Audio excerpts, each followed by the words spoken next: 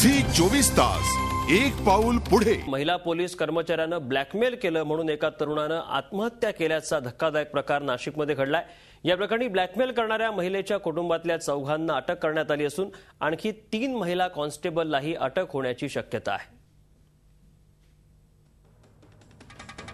चष्मा घातलेली ही आहे मनीषा कुजरे। पोलीस असलेल्या मनीषानं दीपक सावकार बर्वे या तरुणाला आपल्या जाळ्यात ओढलं। मैत्रीचं नाव करता करता त्याला प्रेमात पडल्याचं सांगून लग्नाची गळ घातली। आपल्या सर्व मैत्रिणींमध्ये चर्चा घडवून आणली।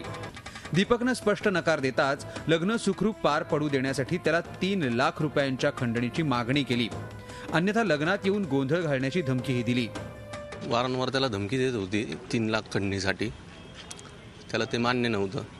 त्याचं उद्या लग्न होतं।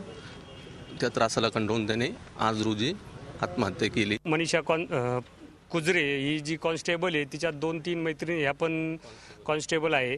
त्या वेळोवेळी धमकी देऊन का माझ्याशी लग्न कर, नाहीतर मी तुझ्यावर बलात्काराच्या खोट्या केसेस करून तुझ्यावर गुन्हा दाखल करील, या धमकीला कंटाळून त्यांनी आत्महत्या केली।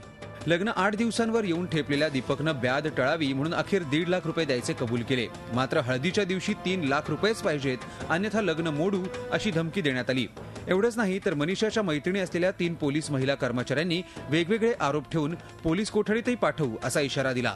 त्यामुळे घाबरलेल्या दीपकनं अपमान होऊ नये म्हणून हळद लागलेल्या रात्री गळफास घेऊन आत्महत्या केली। तुझ्यावर 376 ची केस दाखल करीन अशा प्रकारची ती त्याला धमकावणी देत होती। त्यामुळे त्यांनी ती मुलगी, तिचे कुटुंबीय आणि तिच्या 3 मैत्रिणी यांच्या विरुद्ध आडगाव पोलीस स्टेशनला फिर्याद दिलेली आहे। 306 प्रमाणे आडगाव पोलीस स्टेशनला गुन्हा दाखल करून पुढील तपास चालू आहे। नवीन कायद्याचा दुरुपयोग करून अडचणीत आणण्याच्या या प्रकारामुळे दीपकचा बळी गेलाय। या कायद्यात वेळीच आवश्यक दुरुस्ती केली नाही तर दीपक सारख्या अनेकांचे बळी जातील यात शंका नाही। योगेश खरे, झी मीडिया, नाशिक। झी 24 तास एक पाऊल पुढे।